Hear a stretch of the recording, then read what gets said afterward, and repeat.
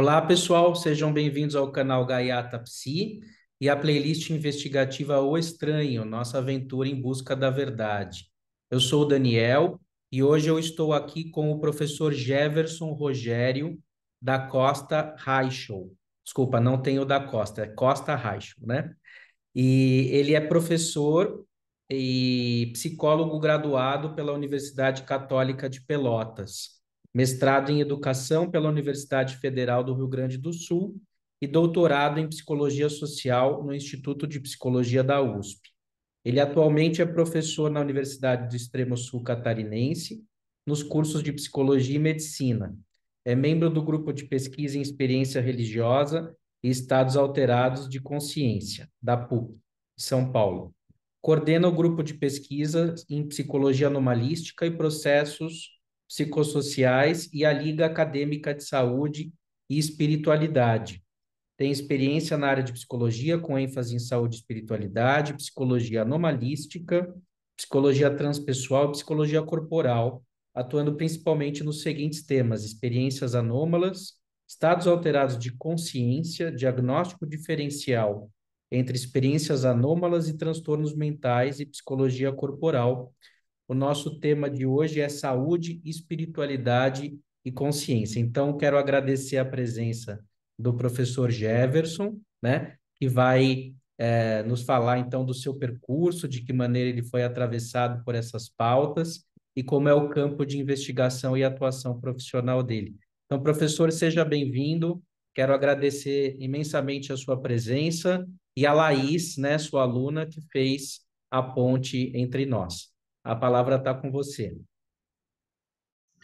Então, bom dia, Daniel. Bom dia a todos. É uma alegria estar aqui e especialmente falar de um tema tão instigante, né, como é essa relação entre saúde e espiritualidade e com a nossa consciência.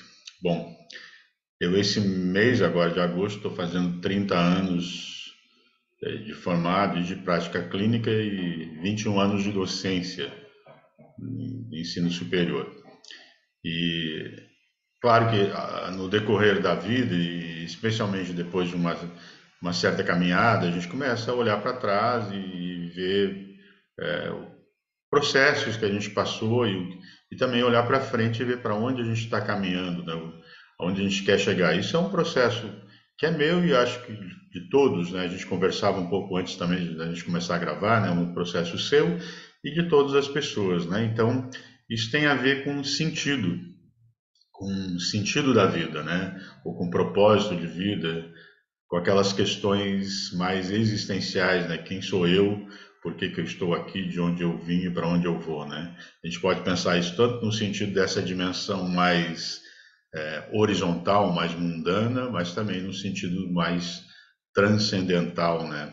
Acho que eu vou estar falando, então, um pouco da minha caminhada pessoal nesse sentido e também um pouco do meu campo de estudo e de atuação também nessas perspectivas. Então, já pegando pelo nosso tema, né, que é a questão da saúde, da espiritualidade, da consciência, vou começar pensando, então, a questão da própria definição de saúde. Então, a gente vai pensar a saúde de uma maneira ampla, integral, eu diria até holística, pela minha caminhada nesses temas, a gente vai considerar a saúde como um conjunto que envolve o bem-estar biopsicossocial, né? Foi tentado lá no final dos anos 90, né, incluir a dimensão espiritual no próprio conceito de saúde da Organização Mundial de Saúde, porém isso não foi incluído, mas ao mesmo tempo, quando a gente pensa na avaliação da qualidade de vida, né, também da OMS, o próprio instrumento de avaliação de qualidade de vida, que é o instrumento RUCOL, ele, dentro dos seus domínios, ele tem e avalia também as dimensões espirituais e religiosas e as crenças pessoais. Então, quando a gente pensa em qualidade de vida, essas dimensões, elas fazem parte também da vida das pessoas. Portanto, é genuíno que a gente olhe para elas, né, que a gente entenda como que elas impactam em saúde, né? Se a gente vai pensar na relação entre saúde, espiritualidade e religiosidade, numa perspectiva de como que essas dimensões impactam na saúde e na qualidade de vida, a gente vai buscar evidências. Então, é o que se chama de saúde ou espiritualidade baseada em evidências. Então, como que, por exemplo, crenças impactam em saúde, como que envolvimento religioso impacta em saúde, como que espiritualidade impacta em saúde, tanto de maneira positiva quanto de maneira negativa. A gente pode pensar várias coisas a partir daí. Talvez a primeira coisa importante é a gente pensar em algumas definições, né? Atualmente se entende espiritualidade como um conceito mais amplo, um guarda-chuva que inclui a dimensão da religiosidade e das crenças pessoais também.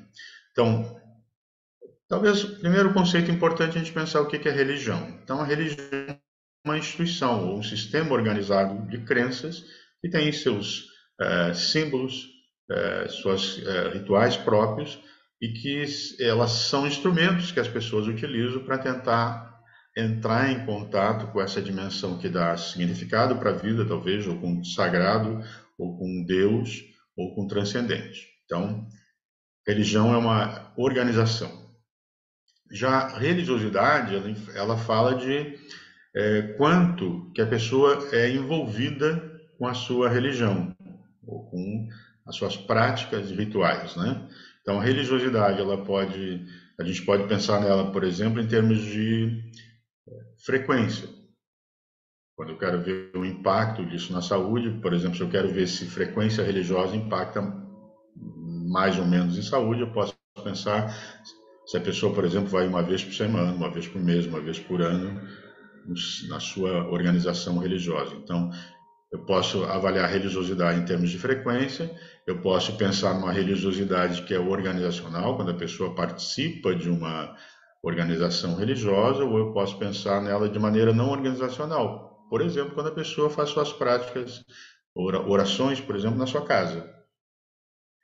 E também numa religiosidade intrínseca ou subjetiva, quando a pessoa ela vive, ou a dimensão da religiosidade é muito importante para a vida da pessoa. Vamos pensar uma situação de um paciente, por exemplo, que está internado e ele tem dor, ou tem sofrimento, ou tem risco de morte, e talvez dar esse suporte para ele, se a dimensão da religiosidade, espiritualidade for muito importante para ele, isso pode ajudar ele a passar por esse processo que pode envolver desde uma recuperação ou até a própria situação de enfrentamento da morte. E espiritualidade tem a ver com busca do sagrado, contato com o transcendente, ou com questões que envolvem o significado da vida, né? Como aquelas questões que eu falei há pouco, né? Quem sou eu, de onde eu vim, para onde eu vou, né? E também o contato com o transcendente ou o próprio sentido da vida. Então, quando a gente pensa em religiosidade, espiritualidade, a gente está lidando com essas dimensões e como, nessa relação com saúde, como que isso impacta em saúde. Desde a década de 1960, quando saíram os primeiros estudos epidemiológicos sobre essa relação de religiosidade e espiritualidade, a maioria dos estudos, e aqui a grande maioria dos estudos, mostram que religiosidade, envolvimento religioso, impacta positivamente em saúde. Quando a pessoa usa recursos espirituais religiosos para enfrentar o estresse, especificamente, no nosso caso aqui, o estresse causado por doença, a gente diz que a pessoa usa o coping religioso espiritual, né? O coping religioso espiritual, ele pode ser positivo ou pode ser negativo.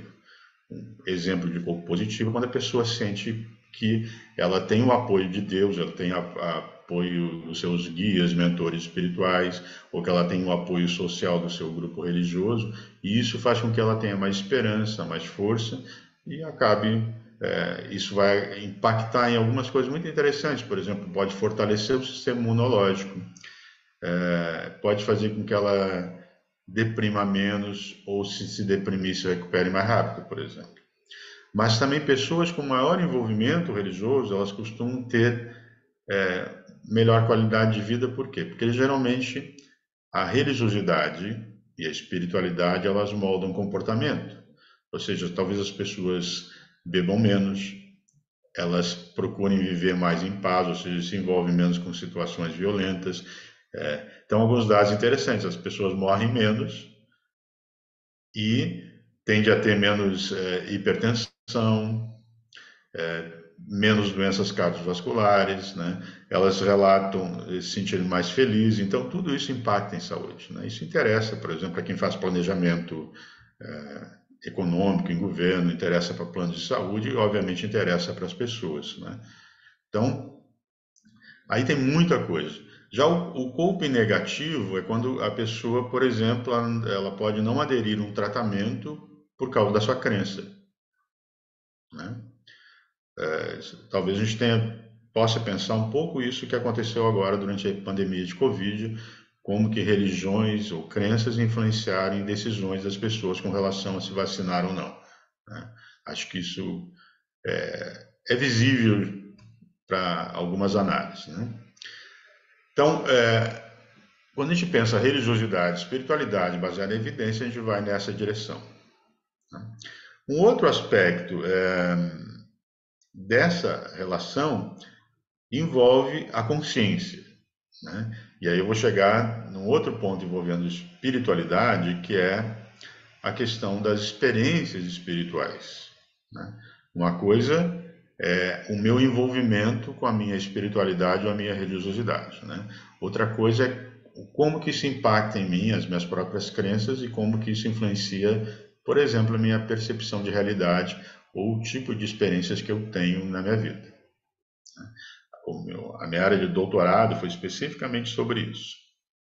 Então, eu investiguei experiências anômalas e espirituais em pessoas com uma crença espiritual religiosa e pessoas que não têm essa crença. Então, eu busquei observar, por exemplo, a prevalência dessas pessoas em diferentes grupos com crenças diferentes. E também avaliei a qualidade de vida das pessoas. Por exemplo, há uma ideia, vamos chamar assim, no campo da saúde mental, que quem vivencia muitas experiências anômalas ou esquisitas, né? Depois eu vou definir o que é uma experiência anômala, tem maior tendência a ter um transtorno mental. E então eu queria ver se isso é verdadeiro, né? Então eu busquei ver a prevalência dessas experiências nos grupos que eu investiguei e avaliei também saúde mental, avaliei tendência à psicose e avaliei qualidade de vida. Fiz um estudo longitudinal, ou seja, eu avaliei alguns fatores no início e avaliei um ano depois, para ver como que isso evoluiu. Por exemplo, se quem tinha mais experiência, por exemplo, depois de um ano, teria que estar, segundo essa visão mais dominante, com pior qualidade de vida. E a gente entra num outro ponto que é essencial no nosso tema, que é a questão da consciência, né? E aí a consciência, eu diria que ela tem três problemas para a gente pensar aqui e refletir. Primeiro é a própria natureza da consciência, né? A visão talvez mais dominante hoje no campo da ciência é que a consciência é um produto do cérebro, ela é um epifenômeno do cérebro. Logo, se o cérebro deixa de funcionar, por exemplo, numa EQM, uma experiência de quase morte, ou na morte em si, não tem consciência, né? Mas isso não é uma verdade científica. Isso é a visão hegemônica, mas não é a única, né? Então, há controvérsia sobre isso. Faz com que um cara, como é um filósofo chamado David Chalmers, ele diz que a consciência é o hard problem, né? O problema difícil dentro da filosofia e dentro da própria ciência. Então, a natureza da própria consciência, né? O que ela é, a origem dela, e se há uma possibilidade da sobrevivência da consciência além da morte do corpo, né? Que seria a vida, né? Além dessa dimensão que a gente entende, isso é uma questão bastante debatida. Um outro problema da consciência é gente consegue encontrar correlato neural de quase tudo. Por exemplo, se eu estou pegando essa caneta, o meu cérebro vai sinalizar áreas que estão relacionadas ao contato tátil, à observação que eu estou vendo visual dessa caneta, a definição de caneta, tudo isso está no meu cérebro, é possível a gente observar isso. Mas a gente não encontra ainda, pelo menos até onde eu conheço, por exemplo, indicadores do próprio ato de eu perceber que eu percebo que eu estou pegando essa caneta. Né, que é a consciência em si, que diz respeito a esse observador interno que está o tempo todo atuando em mim. Ou seja, eu tenho um eu que observa tudo. Né? A gente vai olhar para o campo das tradições, eles vão chamar isso de eu superior, de eu interior, né, de vários nomes, até no campo da própria psicologia transpessoal. Então, se vamos entrar nessa questão da relação mente-cérebro ou consciência-cérebro, esse é um dos problemas, inclusive levantado também pelo próprio Chalmers e outros pesquisadores da consciência. Outro problema da consciência são as experiências da consciência, e aí entramos no campo dos estados incomuns ou estados alterados de consciência. Os estados incomuns, eles podem envolver até, por exemplo, situações bem cotidianas ou cíclicas. Todo dia nós estamos acordados em vigília e todos os dias a gente vai dormir. E quando estamos dormindo, podemos sonhar. E alguns tipos de sonhos, eles desafiam essa ideia que se tem de consciência e percepção e mente. Por exemplo, um sonho lúcido. Né? O sonho lúcido é um fenômeno que a pessoa diz ter consciência, ela alega ter consciência mesmo quando está dormindo. Então, tem alguns experimentos muito interessantes em que o sonhador lúcido, por exemplo, ele está no laboratório de sonho e ele está sendo monitorado com eletroencefalograma, ele está sendo filmado e eles combinam, o sonhador e os pesquisadores, que quando ele entrar em sonho lúcido, ele vai dar um sinal, por exemplo. Imagina, ele está dormindo, o eletroencefalograma mostra lá, por exemplo, ele está entrando em sono REM, e o sinal combinado é que ele vai mexer 3 vezes o dedo indicador da mão direita, por exemplo. Mas ele está dormindo. E então, quando ele entra em sonho, ele está consciente, ele avisa para o pesquisador, olha, eu estou dormindo, mas eu estou consciente. Então, aí tem vários experimentos decorrentes, como, por exemplo, em sonho é dado um alvo para a pessoa, ele tem que ir em determinado lugar, por exemplo, ir numa loja em São Paulo, que ele não conhece. Por exemplo, você poderia dizer o nome da loja, o pesquisador não conhece, o sonhador não conhece, mas em sonho a gente pode fazer qualquer coisa, ele vai lá em sonho, olha o que tem na vitrine da loja, por exemplo, e aí quando ele acorda ele tem que desenhar, tem que escrever tudo que ele viu, depois eles vão verificar se isso de fato estava lá. Se, por exemplo, né, eu estou falando aqui no se, porque quando a gente pensa em ciência, pensa em pesquisa, a gente levanta hipóteses. Né? A gente pode pensar, enquanto objeto de investigação, a gente pode pensar qualquer coisa que seja plausível de investigar, como, por exemplo, isso que eu citei. Então, o método científico é muito bom. Agora, às vezes as pessoas confundem método com objeto. Né? Então, por exemplo, eu posso usar um método científico para investigar qualquer objeto, mesmo que seja um objeto anômalo, por exemplo. Ou mesmo a própria sobrevivência da consciência além do cérebro. Desde que eu crie um projeto, use uma metodologia, né, que seja compatível com o método científico. Né? Então, isso que eu descrevi seria, por exemplo, uma experiência de visão remota. Isso vai de encontro e não ao encontro que se pensa hoje sobre consciência de maneira geral. Não todo mundo, mas claro que tem pesquisadores que já têm uma hipótese que a consciência pode estar além do cérebro. Eu, por exemplo, me coloco com essa perspectiva, a possibilidade da sobrevivência da consciência além do cérebro. Né? Eu não afirmo que a consciência sobrevive, mas eu coloco isso como minha hipótese de trabalho. Então, toda essa fenomenologia da consciência que envolve certas experiências que estão além da possibilidade dos sentidos, por exemplo, entra no campo das propriedades da consciência e das experiências anômalas e até espirituais. Então, aí, chegando nesse aspecto aí da psicologia anomalística e das experiências anômalas, a psicologia anomalística é uma área da psicologia que estuda as experiências anômalas, mas de uma perspectiva que considera que não necessariamente a experiência anômala tem uma causa anômala.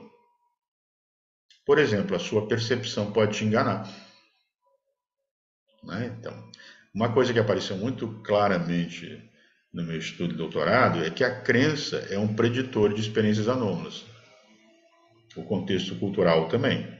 Então, até eu discuti lá no final, se é preciso crer para ver ou é preciso ver para crer.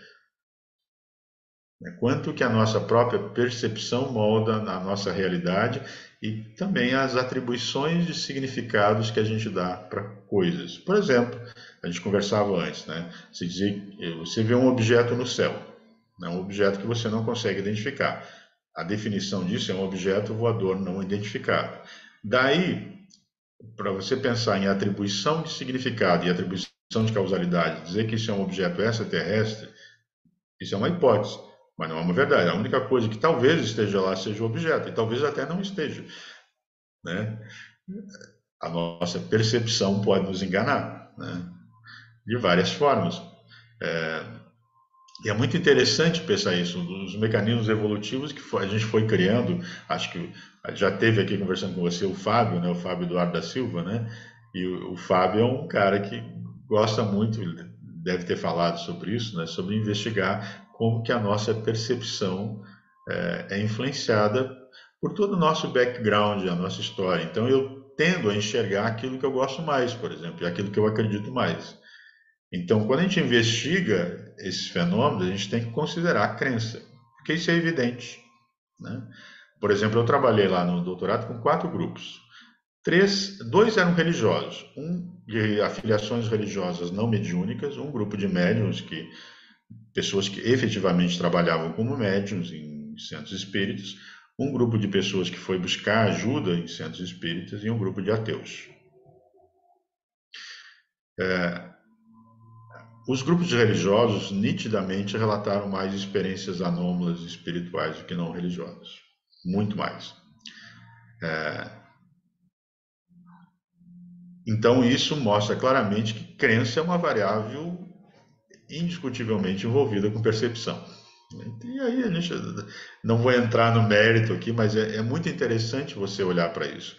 Por exemplo, se eu estou trabalhando com alguém a nível clínico, né, é muito importante saber a crença da pessoa e o contexto sociocultural, porque eu vou entender qual é a visão, como é que ela vê a realidade e as atribuições de significado e causalidade que ela dá para as experiências que ela teve. Isso é muito mais importante quando a gente está lidando com fenômenos estranhos. Quando, por exemplo, a pessoa vem me relatar um fenômeno estranho. Porque isso está justamente no limiar entre a saúde mental e a doença mental. Porque experiências anômalas, elas têm uma série de tipologias, vamos chamar assim, que envolve desde experiências alucinatórias, experiências de sinestesia, sonhos lúcidos, experiências de curas anômalas, experiências místicas, experiências próximas de contato com OVNIs ou extraterrestres, experiências fora do corpo, experiências de quase morte, experiências de vidas passadas e as chamadas experiências também de alteração anômala de identidade. Inclusive agora no final de semana acredito que isso é uma reportagem sobre o Fantástico. Eu vi o pessoal discutindo ali no grupo lá da PUC, lá o Everton e os colegas, sobre o transtorno dissociativo de identidade. Então são experiências anômalas de alteração de identidade e as experiências chamadas relacionadas à psi, que são também chamadas experiências paranormais, né? Que envolvem 2 grandes grupos: a percepção extrasensorial, telepatia, clarividência, pré-cognição e retrocognição, e a psicocinese, que é a ação da mente sobre a matéria. Volto a dizer, você estudar esses fenômenos não quer dizer que você acredite que eles existem. coexistam, né? Então, primeiro que a crença do pesquisador não importa para fazer ciência, nem deveria interferir, né? Muito menos na área clínica. A crença do psicólogo, do psicoterapeuta não deveria interferir na sua análise. O que interessa é como que essas experiências que às vezes as pessoas relatam, quando eu digo às vezes, é uma às vezes muito alto, por exemplo, aqui em todos os estudos que eu conheço aqui do Brasil, a prevalência de experiências anômalas na população investigada é acima de 80%. No meu estudo, 100% da amostra relatou já ter vivenciado pelo menos uma vez na vida uma experiência anômala. E o mais interessante é que as pessoas que mais relataram experiências anômalas apresentaram melhor qualidade de vida e menos transtornos mentais, indo contra o que se pensa no campo da saúde mental, né, de maneira geral. Claro que tem exceções nisso, né? Então, quando a gente pensa a consciência e as propriedades da consciência e as experiências da consciência, aí eu entro nas experiências anômalas e as experiências espirituais, essa relação é talvez a relação mais controversa e mais problemática quando a gente entra nesse campo de estudo, né? Uma experiência anômala é definida como uma experiência incomum e que, embora muitas pessoas relatem, ela foge daquilo que a gente entende normalmente como realidade, né? E não há, segundo os próprios autores, uma relação direta com patologia ou anormalidade, ou seja, anômalo não é igual a normal e não é igual a patológico. Isso é muito importante a gente salientar, até porque quando se investiga populações não clínicas, como foi o caso do meu estudo, a gente vê que muitas pessoas têm experiências assim. Agora, historicamente, quando a gente vai pensar em alucinações, por exemplo, elas estavam fortemente correlacionadas na história da psiquiatria e da psicologia com transtornos psicóticos. Então, quando uma pessoa relata, por exemplo, ouvir vozes ou ver coisas, né, coisas que supostamente não estão nessa dimensão do real, há uma tendência a se achar que isso faz parte que isso é um sintoma e faz parte de um quadro patológico. Mas, novamente, se você vai investigar isso em populações não clínicas, você vai ver que muitas pessoas têm experiências assim, e são pessoas que você não vai conseguir, usando os critérios de definição, né, de transtorno, você não vai encontrar transtorno nessas pessoas, né? E aí surge o problema, né? O que são essas experiências? O que é a nossa consciência, as propriedades da consciência e a própria natureza da consciência, né? Isso é o que me instiga, que eu gosto de olhar, né? Então, sempre que tem uma coisa estranha, diferente, esquisita, eu quero ir lá olhar, né? Eu gosto de estar perto dessas experiências e, principalmente, aí, tanto no campo de pesquisa quanto no campo clínico, de entender como é que essas experiências impactam na vida das pessoas. Por exemplo, uma coisa que eu investiguei, junto com outros colegas também, é como que isso impacta a nível emocional, como que isso impacta a nível de crenças e mudança de crenças, por exemplo, como isso impacta a nível profissional, a nível... Você estava me contando um pouco antes da gente começar a conversa, né, sobre experiência que você teve, como isso está impactando na sua vida profissional, nas suas escolhas pessoais. Por exemplo, mudança de estilo de vida, mudança de escolha de que você vai estudar, de que forma você vai atuar na sua relação com as pessoas. Uma coisa que é bastante falada no campo dos estados ampliados de consciência, das experiências místicas e da psicologia transpessoal, é que certas experiências, com certas características, o Maslow chamou isso de experiências culminantes, né? O Jung também investigou isso, elas têm um impacto, por exemplo, de mudar valores. Valores que o Maslow falou no sentido de valores do ter para valores do ser. Por exemplo, a pessoa passa por uma experiência de proximidade da morte, né? Ela sofre um acidente e sobrevive, ou ela passa por uma doença muito grave e sobrevive. Quando ela sai dessa experiência, ela pode dizer assim, agora eu não quero mais daquele jeito que eu vivia, eu quero agora ter mais qualidade de vida, eu quero estar mais perto das pessoas que eu amo. não vou me preocupar tanto em ter coisas materiais, e sim em ser feliz, né? Às vezes a pessoa está tentando mudar isso numa vida, e às vezes uma experiência provável que esse impacto mal, e às vezes é uma mudança até de um vício, por exemplo, que a pessoa tinha, algo, ou às vezes um comportamento que a pessoa tinha, por exemplo, relacionado com agressividade, né, ou avareza, por exemplo, uma característica de personalidade muito arraigada e a pessoa muda com uma experiência. Isso, então, pensar que isso não interessa para a psicologia como que não, né? Agora tem saído estudos muito interessantes sobre estados alterados de consciência, né, de várias formas de indução, mostrando que às vezes uma vivência muda um transtorno, por exemplo, transtorno de estresse pós-traumático, transtorno obsessivo compulsivo. Então, isso é outra área que, sem dúvida nenhuma, interessa muito para o campo da psicologia. Eu costumo dizer, Daniel, assim, que eu gosto de tudo na psicologia. Sabe? Eu acho que o Freud foi um cara extremamente inovador para a sua época. O que ele nos trouxe é e ainda é extremamente válido. Se a gente vai pensar em desenvolvimento psicossexual, eu acho fantástico, assim, sabe? Eu sou haitiano, né? Trabalho com a psicologia corporal haitiana desde antes de entrar para a psicologia. Eu já queria ser haitiano e acabei me direcionando também para essa área. Então, Sem, conhecimento do Reich. sem, Fala, Daniel. não, sem perder o trocadilho, né? O seu sobrenome é Reichel, né? Logo quando você Ah, falou que era haitiano, será que tem alguma ligação? tem uma outra amiga haitiana que também tem Reich no sobrenome. É muito interessante. E, mas, enfim, eu gosto de olhar e pensar um ser humano de uma maneira integral. Então, como diz o Ken Wilber, né, as abordagens elas olham para aspectos diferentes do ser humano. Então, a psicanálise vai olhar para determinadas dimensões, o Jung já vai olhar para outras dimensões, o Reich para outras dimensões, o Fritz Perls vai olhar para outras dimensões, o Moreno vai olhar lá no psicodrama, vai olhar para outras dimensões e assim por diante.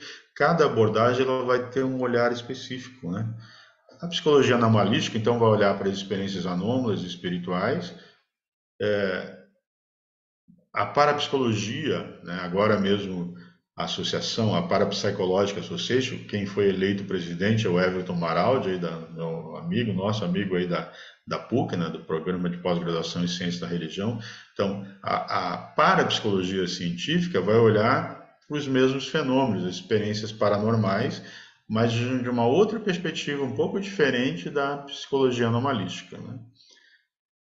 Então, eu penso assim, quando a relação entre consciência, né, e experiências anômalas espirituais está muito arraigada e extremamente ligada com os estados alterados de consciência, particularmente alguns estados, os estados meditativos, os estados de transe. Aí a gente pode pensar transe religioso, várias religiões a gente vai encontrar, em várias tradições culturais também, associadas com determinadas práticas, por exemplo, a respiração holotrópica, desenvolvida pelo Stanislav Grof,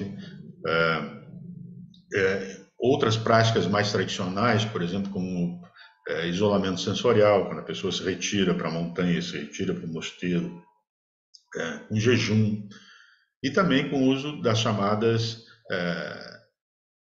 pelos povos tradicionais das medicinas da floresta, e hoje um campo muito proeminente de pesquisa, que é a psicoterapia assistida por psicodélicos, que é muito, muito interessante.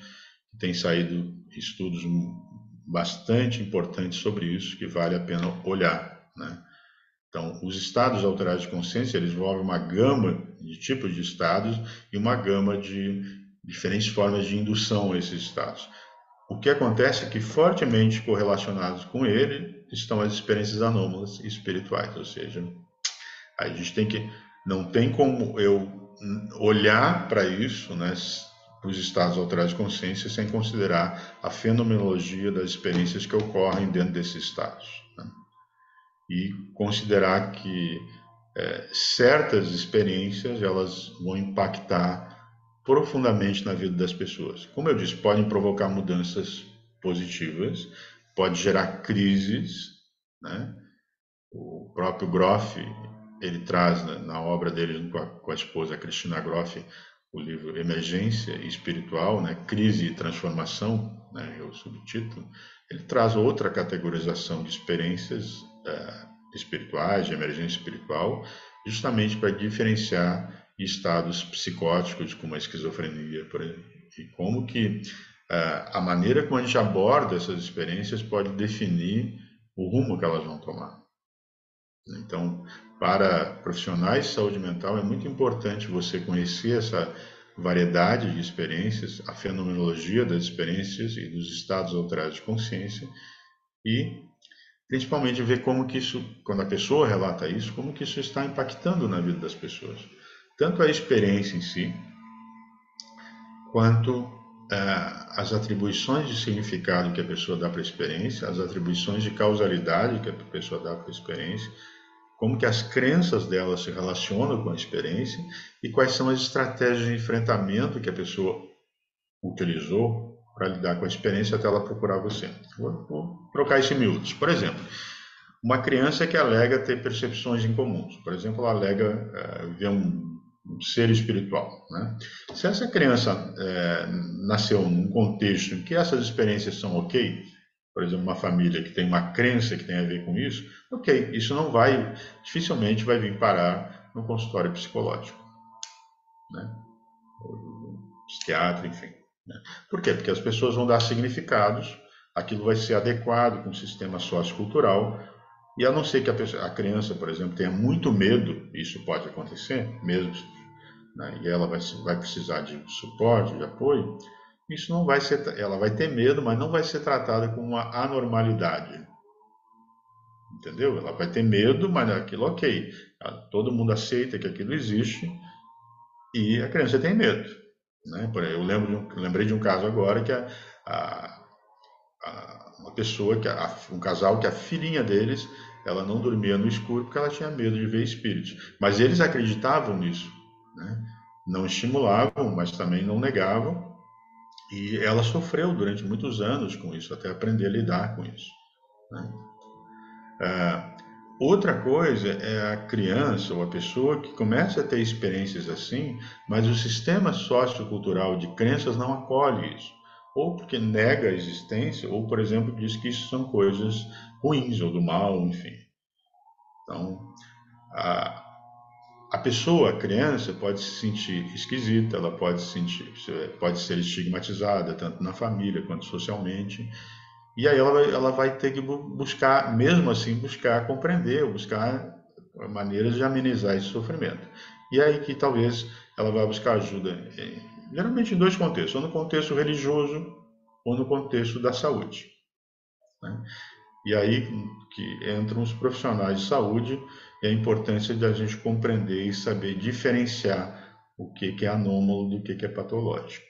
Né? E aí entra uma série de estudos de colegas que vêm trabalhando nessa perspectiva até de uma educação e treinamento para profissionais que trabalham com saúde mental para como diferenciar e como lidar com essas experiências dos seus pacientes, por exemplo, sem necessariamente patologizar essa experiência, por mais peculiar ou esquisita que seja a experiência.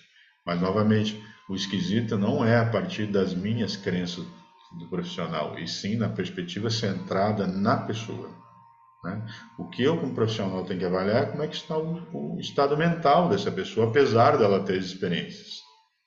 Né? A pessoa pode alegar ouvir voz, mas se eu vou avaliar o estado mental, as funções da consciência, por exemplo, ela está ok, ela é uma pessoa que tem uma boa orientação espaço-temporal, a cognição dela está ok, pensamento, linguagem, sabe? Ela é afetiva, ela está integrada socialmente, sabe? Mas ela alega ter uma experiência anômala.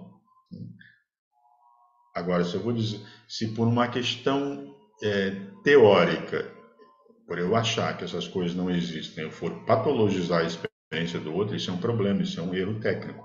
Eu não posso fazer isso.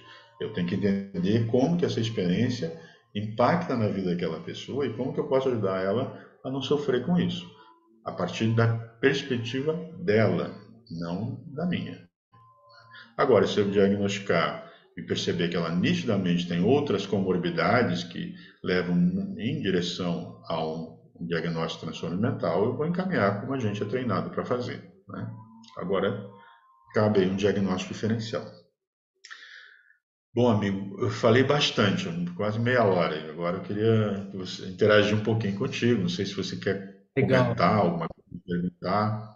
Sim, obrigado, professor Jefferson. De fato, é um tema muito vasto, né? Dá para a gente ficar horas explorando aí cada ponto da tua fala, mas eu tenho umas duas ou três perguntas, não sei se é o caso de colocar de cada vez, mas uma delas, acho que é a principal, é o que que é essa tal de consciência, né? Tendo em vista que você transitou entre psicologia transpessoal, psicologia anomalística, parapsicologia, né? Então, não são todos os parapsicólogos e psicólogos anomalísticos que são entusiastas de Jung, da psicologia analítica ou da psicologia transpessoal. Então, você tem uma visão própria do que é a consciência, né?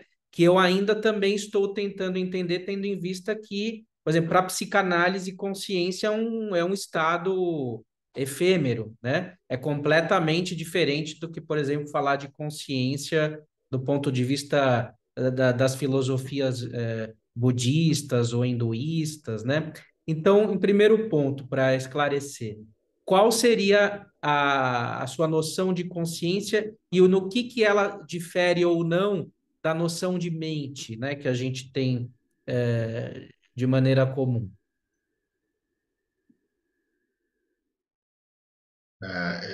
Sem dúvida, é uma pergunta bem complexa. Eu nem sei se eu tenho resposta para saber o que é consciência. Tá? E não é, não, obviamente, não sou só eu que tenho essa dúvida, né? Todos os anos existem algumas conferências internacionais para discutir consciência. Agora, acho que faz um mês e pouco atrás, tem uma lá em Nova York, exatamente discutindo consciência, né? Mas lá no Arizona, por exemplo, tem uma conferência anual também que é Towards a Science of a Conscience, né? Ou Direção à Ciência da Consciência. Então, consciência é um grande problema, né? Mas eu diria que, para mim, consciência é essa capacidade que eu tenho de perceber que eu percebo, né? Esse senso que eu tenho de autoobservação. Eu consigo perceber meus próprios pensamentos, eu consigo perceber meus sentimentos, consigo perceber minhas sensações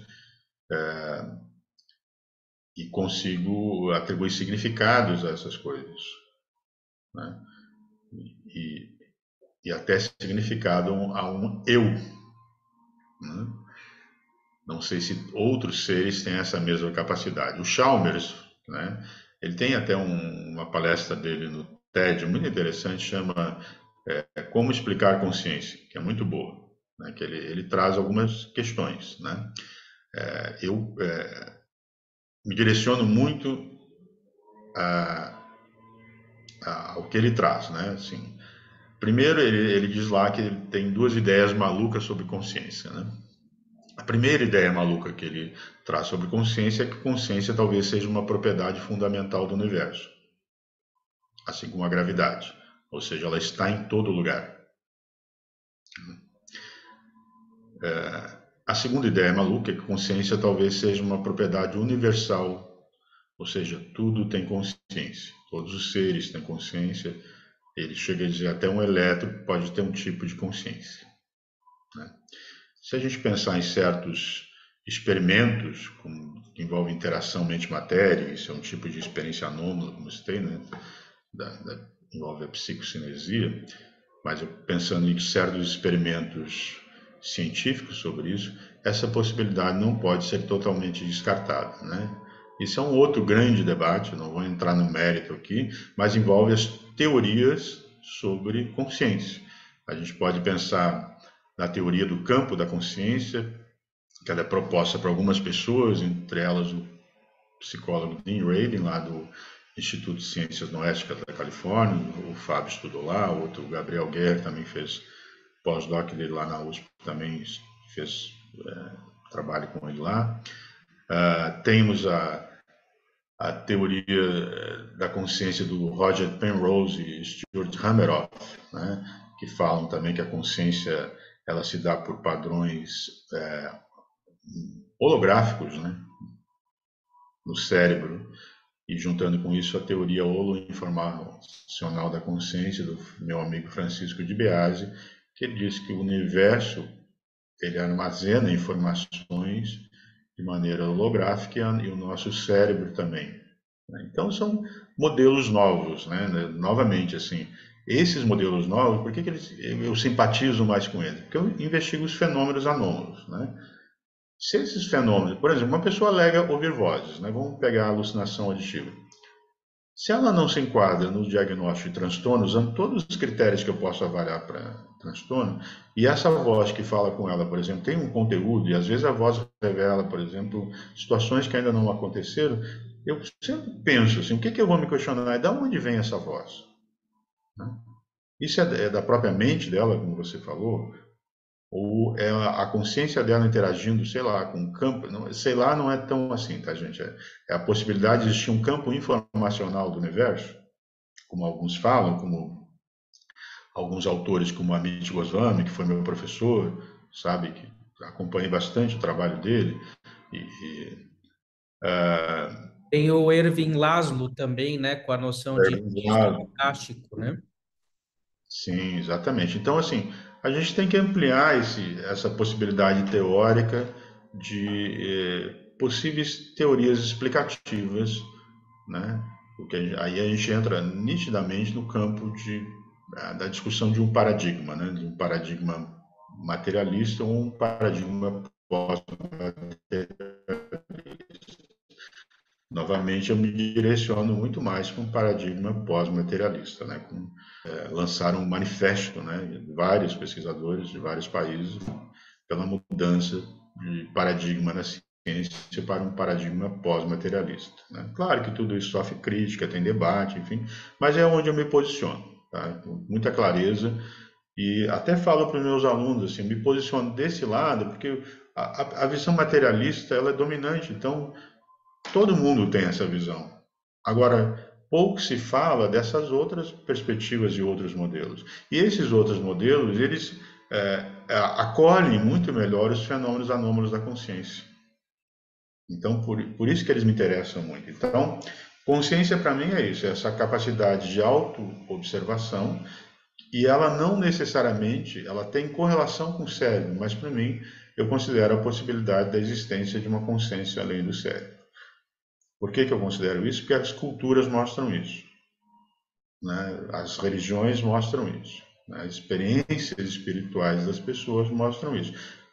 Ou eu vou considerar que tudo isso é uma patologia coletiva, ou fantasia, ou eu vou considerar a hipótese disso existir, né? Então eu prefiro considerar a hipótese de existir, até porque eu vou olhar para um Buda, eu vou olhar para um Jesus Cristo, eu vou olhar para muitos mestres, eu não consigo dizer a priori que essas pessoas eram doentes mentais, né? Ou como diz o Dalai Lama, né, que ele se coloca muito à disposição, ele e os monges próximos, para analisarem o cérebro dele, que se um dia a ciência mostrar que o budismo está errado, eles mudam o budismo, mas por enquanto eles vão continuar acreditando no que eles acreditam, né? Então, acho que assim eu respondo a sua pergunta. Para mim, a consciência ela está relacionada com o cérebro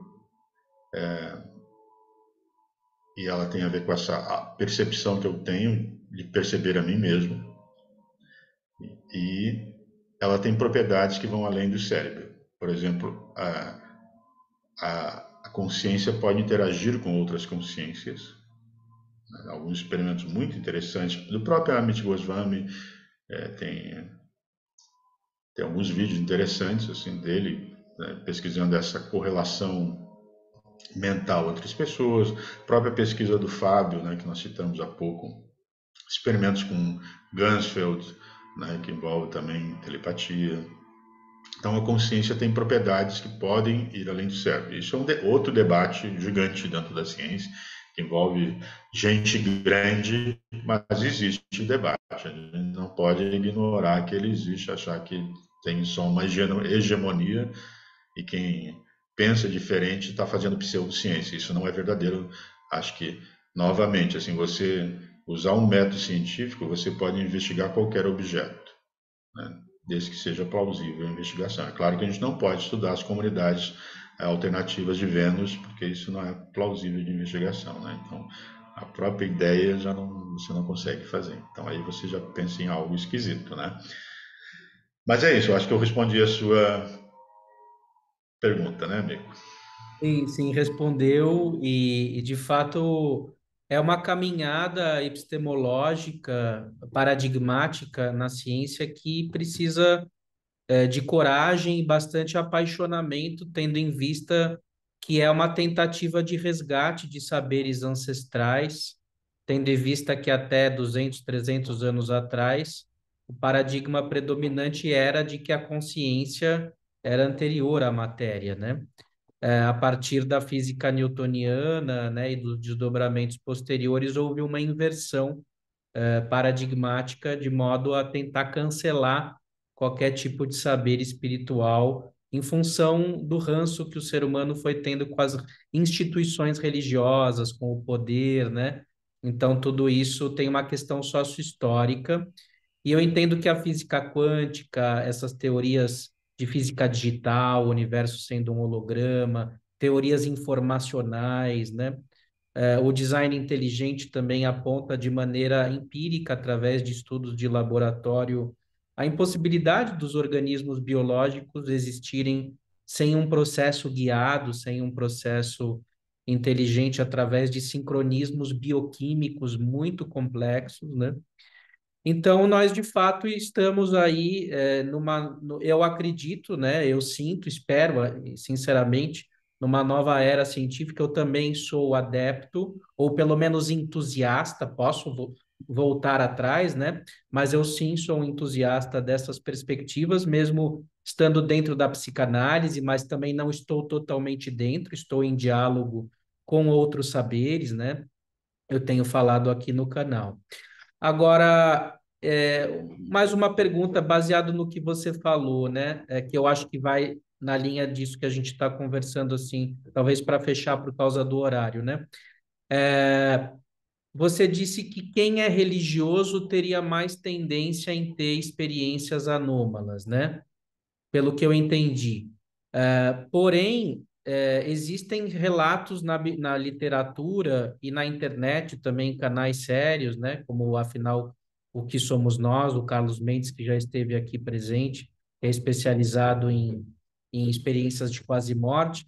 Nós temos situações de ateus que tiveram experiências de quase morte e a vida deles mudou completamente, né, da água para o vinho a partir dessas experiências. Então eu fico pensando, esse até é um interesse meu de fazer um doutorado. Como que a gente, enquanto psicanalistas ou psicoterapeutas, psicólogos, a gente fica anos tentando ajudar uma pessoa a se reposicionar frente à realidade psíquica dela, a forma dela estar no mundo, e muitas vezes temos aí alcances parciais, né? Enfim, é bem complicado isso. E de repente a pessoa passa por uma experiência e aquilo transforma a vida da pessoa completamente. Ela passa a ter um encantamento pelo mundo, às vezes tinha um processo depressivo grave e de repente ela constitui família, cresce, muda a vida dela totalmente. É muito comum disso acontecer, né? Tem vários exemplos disso. Então, eu fico pensando que talvez haja algo ali além do fator biopsicossocial, nesse sentido tradicional que a gente faz, que é o transcendente, esse quarto ponto, que é o ponto transcendente, e que nos modifica de uma maneira íntima. O que que você acha, professor? Então, esses tipos de experiências, né, que acontecem de maneira espontânea, né, vamos dizer assim, uma IQM, por exemplo, um acidente, às vezes a própria experiência deslumbramento, né? A pessoa está diante de um local muito bonito e você sente uma conexão muito profunda. Acontece às vezes durante atividades esportivas, né? O êxtase no esporte, em diferentes contextos, às vezes é o nascimento de um filho, né? Fazem às vezes as pessoas sentirem e se perceberem de uma maneira completamente diferente. Talvez as EQMs sejam uma das experiências mais contundentes nesse sentido. E eu diria certas experiências místicas também, independente da forma de indução, né?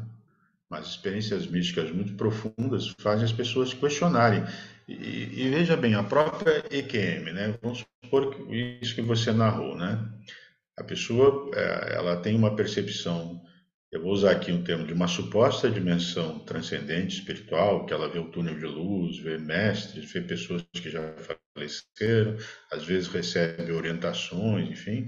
E quando ela volta questionando muito, e se questionando, e às vezes é uma outra pessoa, ela não vai ser mais a mesma pessoa, né? Como eu disse, o Maslow falou disso, né? O Jung falou, vários pensadores, né? O próprio William James, né? Lá nas variedades da experiência religiosa, né? Então isso é histórico na psicologia, né? A gente não pode deixar de olhar para isso, porque as experiências estão aí, né? Elas simplesmente, como você falou, elas foram deixadas de lado porque as pessoas gostaram mais de alguns outros modelos. E às vezes a gente esquece que modelos não são verdade, eles são maneiras de tentar explicar uma realidade, e que as pessoas são muito maiores que os modelos. Mas há uma tendência dos, dos profissionais, teóricos e técnicos de já se apegar aos seus modelos, achar que eles são verdades absolutas. Mas se fosse verdade absoluta, não é ciência. Isso é dogma, né? Não é? A ciência, ela precisa estar aberta para investigar o desconhecido. Isso é fazer ciência, né? E quando a gente entra nesse campo de algo estranho, né, das anomalias, isso é fazer ciência, é você investigar e exige que você não tenha um olhar enviesado pela sua crença ou para a sua teoria favorita, porque senão você já está enviesando o estudo desde a maneira como você pensa ele, né? Então, por exemplo, agora com a ascensão das inteligências artificiais, né, das IAs, isso eu também trago para os meus alunos, né, aquele diálogo do engenheiro do Google com a inteligência artificial. Não sei se você viu aquilo, mas é impressionante, porque a inteligência alega estar consciente. Tem um ponto que ele pergunta alguma coisa para ela, ela diz assim, sim, porque nós humanos, ela fala, né? Ele diz, como assim? Você é uma máquina, você é um sistema. Ele diz, sim, ok, mas nós humanos, ela insiste, entendeu? Então, o que é consciência, né? Assim, eu tenho que me abrir para a sua possibilidade também de ser só um processamento cerebral. Senão, eu vou estar me contradizendo. Eu tenho que olhar. Agora, quando surgem anomalias, né, que surgem as crises paradigmáticas ou as crises nos modelos, né, é aí que eu. E esse é o momento que a gente está vivendo, né, eu diria há séculos, né, não é o momento atual. Esse problema, se a gente vai olhar, por exemplo, a criação da Sociedade de Pesquisa Psíquica na Inglaterra em 1882, né?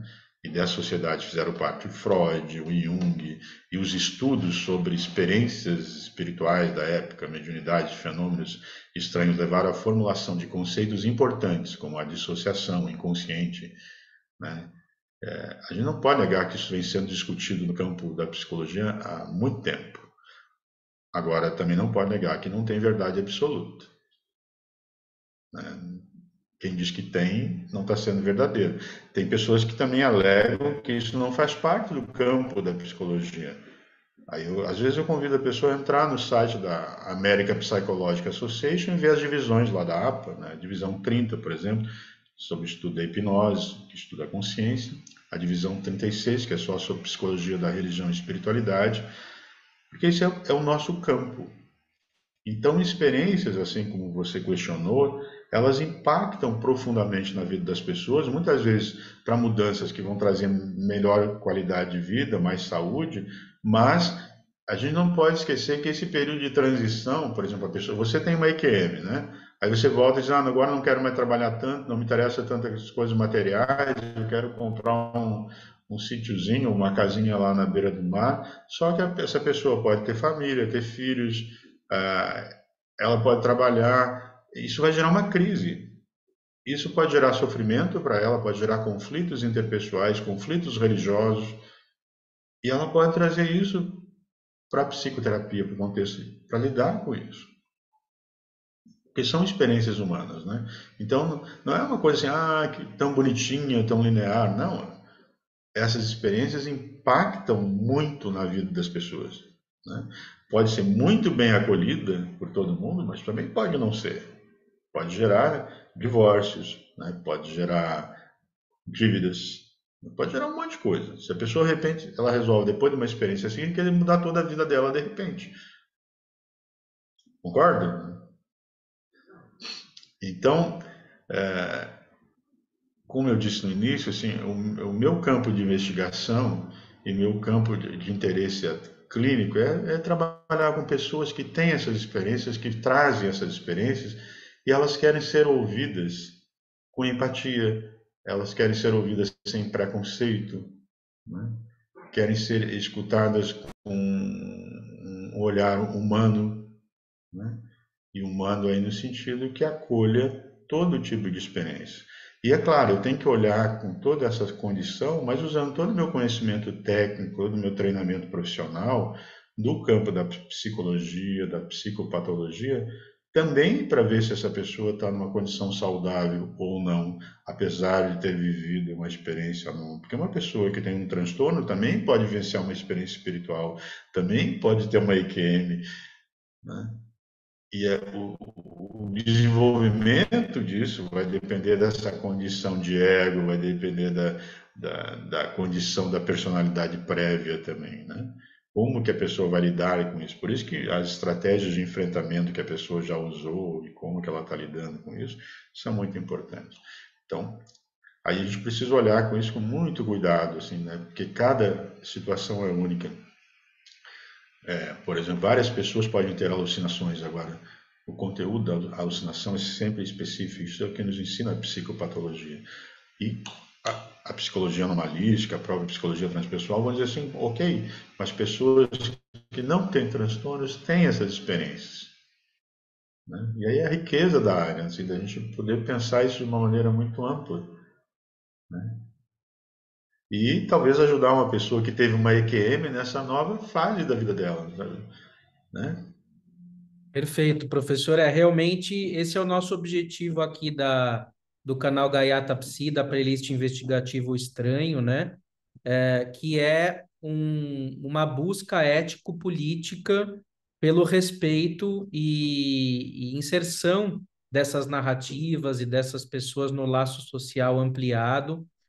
Aqui nós não diagnosticamos ninguém, porque não são, inclusive, pacientes, mas mesmo que fossem, né, independentemente da pessoa estar numa condição de transtorno, ou não, a narrativa dela não é inferior ou menor também que alguém que não estaria enquadrado ou não corresponderia a critérios diagnósticos, né? Porque são pessoas. Então, seja uma alucinação, seja uma experiência mística que ela tem, que não possa se enquadrar nesses critérios, o relato, a experiência da pessoa é igualmente válido e muito me interessa. Então, se tiver alguém aqui no canal que queira me enganar, alguém que esteja delirando, ou alguém que não se enquadre nessas duas posições, eu vou ouvir as experiências com o mesmo nível de atenção e respeito, porque são experiências humanas e tudo que é do ser humano, como psicólogos, nos interessam, né? Nos interessa, né? Na condição de psicólogos, tudo isso nos interessa, né? E como você falou, né, professor, a questão da interpretação da ciência também, né? A comunidade científica, ela escolhe de que maneira um fenômeno vai ser interpretado ou não. Ou seja, mesmo estudos de neuroimagem e o cérebro ele tenha funcionamentos distintos, seja dormindo, acordado, numa experiência de meditação, por exemplo, não quer dizer que o cérebro ele seja a causa da mente necessariamente. Que haja correlação cerebral não quer dizer que o cérebro produza aquilo. Então tem a metáfora da televisão ou do rádio, ou seja, a transmissão não sai do rádio ou da televisão. Ali é um aparato material que serve para uma determinada consciência ou um campo informacional se manifestar. Então, tanto é que nessas experiências, muitas vezes você tem um dano no corpo ou uma suspensão do funcionamento bioquímico, né, através de anestesias ou comas, ou situações até que o sangue da pessoa é retirado em casos de cirurgia, e a pessoa, ao invés de ter um comprometimento ou uma interrupção da sua consciência, ela tem, na verdade, uma ampliação da consciência, ou seja, como se o cérebro até ele fosse um limitador da própria consciência, ao mesmo tempo que ele é um canalizador, ele pode até limitar a manifestação da consciência em certas circunstâncias, e isso está comprovado através de dados empíricos, né? Na literatura, a gente pode encontrar sobre experiências de quase morte, por exemplo, esse material. Então, é um campo muito vasto, né? Estamos aqui conversando de maneira científica, às vezes acharem que eu virei um místico, um doido, não. Tudo isso a gente está conversando dentro do espectro da ciência, até para entender se de fato existe a loucura. Então, o que é a loucura? O que é a mente? O que é o ser humano, a consciência, o universo? Tudo isso precisa estar na mesa do debate. Então, esse é o nosso objetivo aqui, poder ampliar a nossa consciência. Por isso, queria agradecer, então, a presença do professor Jefferson. Fiquei muito contente, muito rica a explanação, e vou assistir o vídeo várias vezes, porque tem várias coisas aí que eu vou digerindo depois.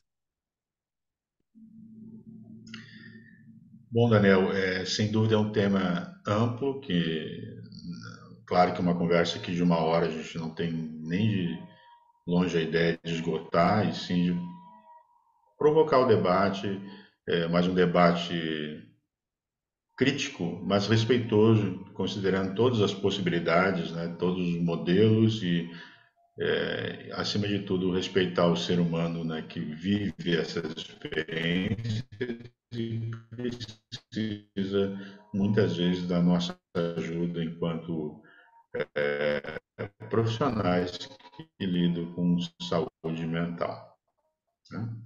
Quero te agradecer muito a oportunidade também em outros momentos, não necessariamente aqui online, mas vi que a gente tem várias afinidades, né, teóricas, e percebi que você tem interesse e conhecimento sobre o tema também. Então, foi um prazer estar aqui contigo, amigo. Tá bom? Muito obrigado. Obrigado, professor. Seja bem-vindo quando quiser voltar. Vamos pensar em mais desdobramentos. E, pessoal, quem gostou do vídeo, compartilha, deixem seus comentários, o like, tá? Façam comentários que a gente vai ter o prazer de responder. Depois eu posso passar para o professor Jefferson também. E quem tiver algum relato de experiência anômala, insólita, estranha aí que vivenciou e queira dar um depoimento aqui no canal, vai ser muito bem-vindo. Podem mandar um e-mail para gaiatapsi23@gmail.com, que eu vou ter um prazer muito grande em receber vocês, tá bom? Um grande abraço e até a próxima. Tchau, tchau. Obrigado pela presença.